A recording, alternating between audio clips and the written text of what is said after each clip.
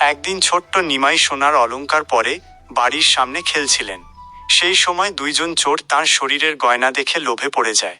তারা মনে মনে পরিকল্পনা করে এই শিশুটিকে তুলে নিয়ে গিয়ে নির্জন স্থানে গয়না খুলে নেবে।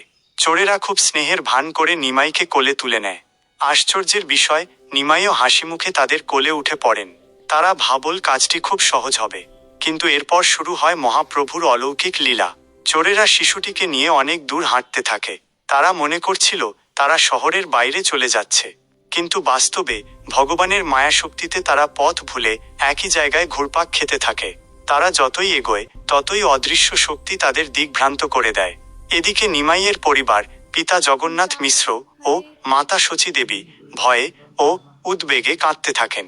পুরো নবদ্বীপ জুড়ে খোঁজ শুরু হয়। অবশেষে চোরেরা ক্লান্ত ও বিভ্রান্ত হয়ে পড়ে। তারা ভাবে এ কোনো অদ্ভুত ব্যাপার।